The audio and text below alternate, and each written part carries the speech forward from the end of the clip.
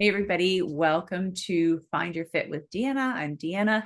And honestly, this topic today could fit on and does fit on Find Your Fit, and very easily could actually be over on my Lunch with a Life Coach podcast as well, because it is I will say, the thing that people miss when they are planning out an action plan for goal setting, and whether that be a fitness goal or a life goal you're looking to accomplish. It's the thing that we miss. And the reason that we miss is because there is so much shame that surrounds this idea, and we don't want to talk about it. And what is that? That is, as you know from the title, it is planning for relapse.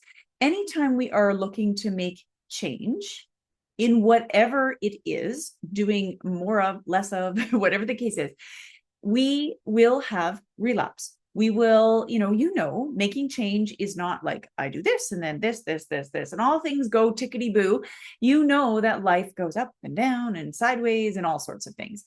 And so it is something I endeavor to change, is this idea around how shameful we are feeling, or we are treated when we fall off track of a behavior change we're trying to make. It happens. We need to plan for it, because the more prepared we are, the more we just recognize it happens to everybody, then we can get back on track more easily.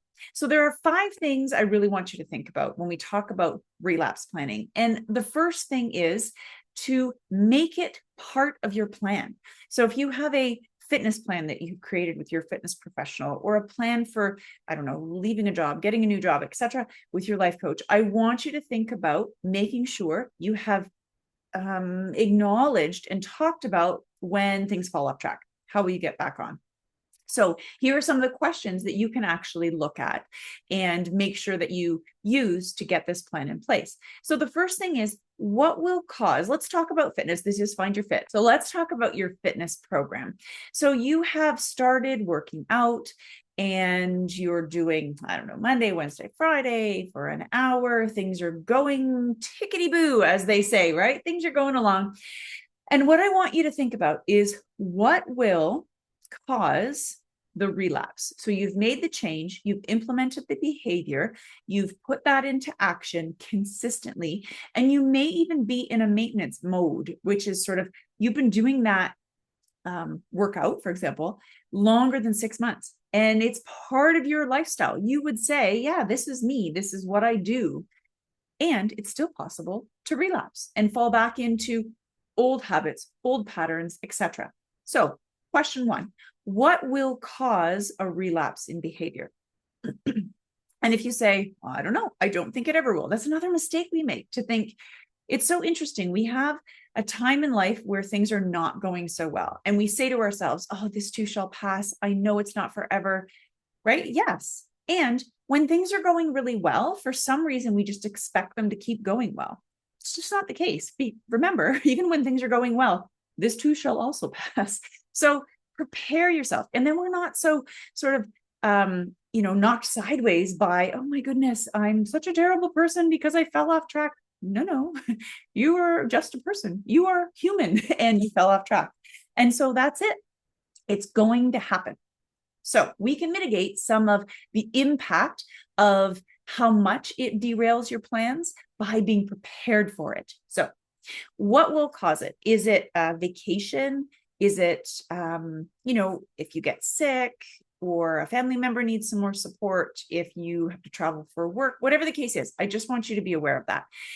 Second, I want you to think about, how are you going to know the thing that will throw you off track is about to happen? Here's an example. If you have a planned vacation, you know that's going to happen. Yes, you may even have a countdown calendar. And if you don't really need sort of to be too aware of that, right? But know that it's going to happen. So make a plan to say, from this day to this day, this is what my fitness plan is going to look like. Maybe it's simply walking on the beach instead of hitting the gym for a week. Awesome. It's very snowy where I am, so right now anyway. And so awesome, walking on the beach. But what about when you get sick? you get a cold and you don't feel like working out, or, and you shouldn't really be working out, right? We want to think about, well, how do I need to rest and recover? So the reason I really want you to be aware of, one of the other pieces that this digs in a little bit deeper, when people are trying to do it all, and that might be, you've taken on a new fitness program, you're doing all the things to keep your household running, you are just, rocking it in your work. Is there a point at which you're heading towards too much, maybe too soon, too fast, that you're headed towards getting sick or burning out, or maybe both? So here's a personal example. Life is busy. I do take on a lot, too much sometimes. And so here's my red flag. And I won't even caution it to say it's a yellow flag. It's a red flag for me, which I finally almost listened to, almost. Over the years, I take on this project and that project, and yes, I want to do that. And yes, I want to help this and all those things. And in my head, I'm like, see, I can make it all work. That's my red flag, because I know I am burning the candle at both ends to make it all work. So it's funny. That sounds like a positive statement. Yes, I can do it all.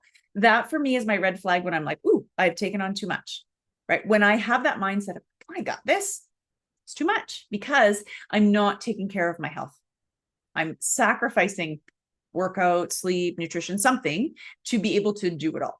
So I just want you to think about for yourself, what are those, in that case, kind of red flag, but what might be the yellow flags that start to caution to say, the thing I know that's going to throw me off my path is happening or about to happen. The reason is so that we can mitigate the impact. And so when you think, okay, yeah, I can do it all, but oh, wait a minute, maybe I have taken on too much. That is the sign, that you say, okay, I'm going to pause, I'm going to reevaluate. Or I'm going to plan, I have 2 meetings tomorrow. I'm going to actually push those to next week so I can take a morning off, or whatever the case is, right? I don't know what that looks like for you, but I really want you to think about that. So what's going to cause you to fall off track? How will you recognize that is on its way to happening, or when it will happen? Like a planned vacation, you can obviously plan for, but other things, how do you know when you're heading towards falling off track? How do you know when the relapse is about to happen? It could be, when you start to fall into old habits. Like, one of the things to think about, a lot of folks will talk about changing. And so, full transparency, this is not, I'm not somebody that counsels folks with addictions in any way, shape, or form. I'm a wellness coach. The scope of practice is, if I have a client that says, I feel like I've been, having a little bit more alcohol than I would like, I want to actually cut down on that. These are my goals. Can you help me set an action plan? Okay. So that's sort of the scope of practice that is correct for my profession. So, I may have a client that says, I don't want to drink any alcohol Monday to Friday. I will, have a beer when I go out for dinner on Saturday, but my goal is Monday to Friday. I don't, because I know I don't sleep well, I'm more fatigued, etc. And they've recognized often, this is where this comes from, is that it's a bit of a coping mechanism in managing their stress. So in the evening, they go and they're like, okay, the kids are in bed, or my work is done, or whatever the case is, I'm going to sit down, have a beer. That's the trigger and the pattern of behavior that actually moves them into sort of relax mode.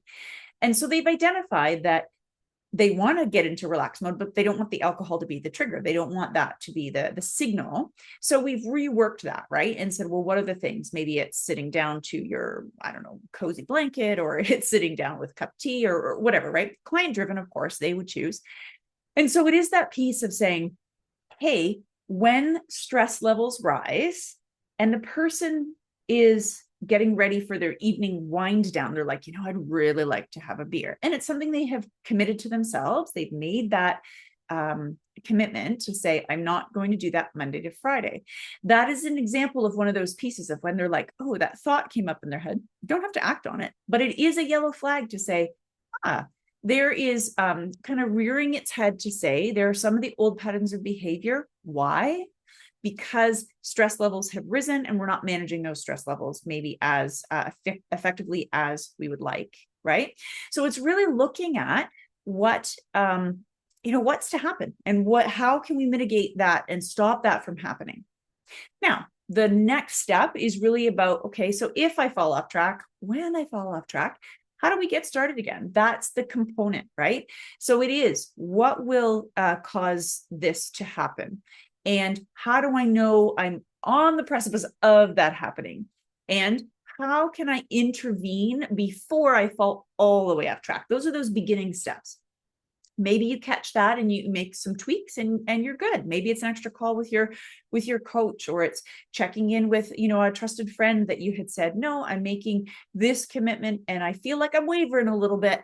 Can I chat about it? And then finally, here's what I want you to think about. When you fall off track, you've gone on vacation, you unfortunately, you caught that flu bug that's going around. Now, how do you get started again, right? That's the piece. We want to recognize the obstacles. We want to know what we can do to just get back on track. Number one, I want you to forgive yourself. You are human. It happens. And really notice if that starts that shame cycle of, oh, I was so good at this, and now like I've just ruined all of my, listen to that language. I was good because I was working out every day or whatever the case is.